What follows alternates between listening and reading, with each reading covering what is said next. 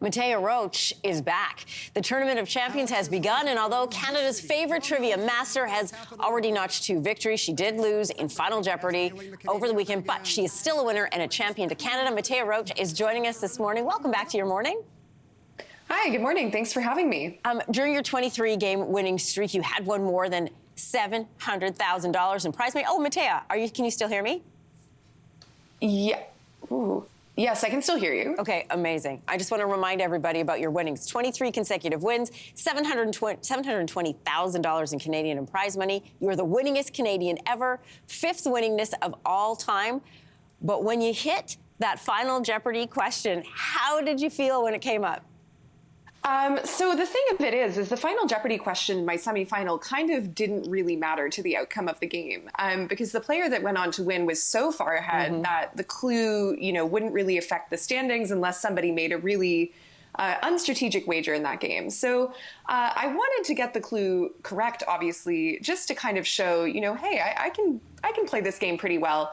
But it wasn't as stressful as if I had still really been in the mix and not been able to come up with a response. One of the things I remember from our conversation last time is how much thought you put into the strategy of this game. Not just the knowledge, but the strategy as well. And now in this Tournament of Champions, you're facing off against other champions, and they've got their strategies in place. What was that like?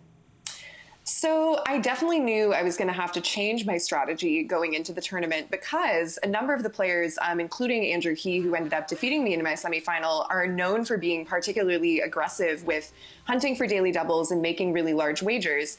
So I didn't really have the opportunity to deploy this so much, but I had definitely gone into the tournament planning to play the boards a little bit differently than I did the first time, starting with some of those higher value clues. And if I had had the opportunity to hit a daily double in my semifinal, I definitely had planned on being a little bit more aggressive. The other thing that helps too is that the money that you're earning in games in the tournament is not money that you then get to take home, right? The prize that you get at the end is fixed to whatever level of the tournament you go out at. So if you lose in the semifinal, as I did, it's a fixed prize of $10,000. If you go to the finals, there's fixed prizes for first place, second place, third place in the finals. So that helps with making those big wagers, because unlike the regular season where your actual winnings might go down if you lose money on a big daily double wager or a big Final Jeopardy wager, that's not really true in the tournament. The important thing is just to simply win your game.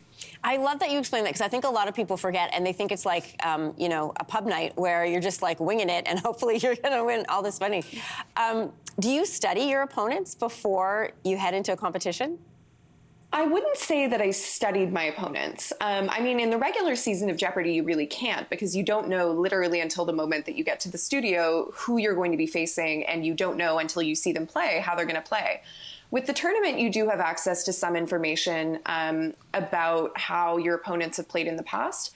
But I wouldn't say that I studied aggressively, because at the end of the day, you never know whether people are going to switch up their strategy somehow. And also, so much of the game outcome is going to depend on who happens to be feeling faster on the buzzer that day. And, when the general level of knowledge is so high, but then the material is also tougher in the tournament, it's going to depend a bit more on who knows the specific subject matter that ends up on the board that you get in your game.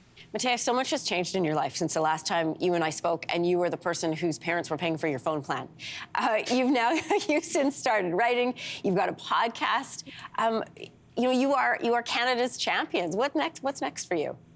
That's a good question. People have been asking me that a lot. And I think one of the things that makes it so difficult to answer is, like, my life has changed so completely from, how I thought it was going to be this time, this year. Like, if you had asked me a year ago, how I would feel about the concept of not going to law school, for instance, because that was sort of what I had been planning on doing, I would have assumed, something terrible has happened if I'm not starting a new degree.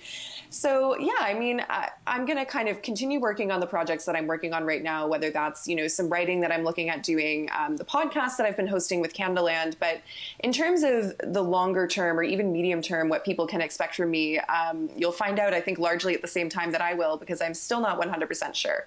Oh, it's like a Jeopardy question. It's very mysterious. What is Mattea's future plan?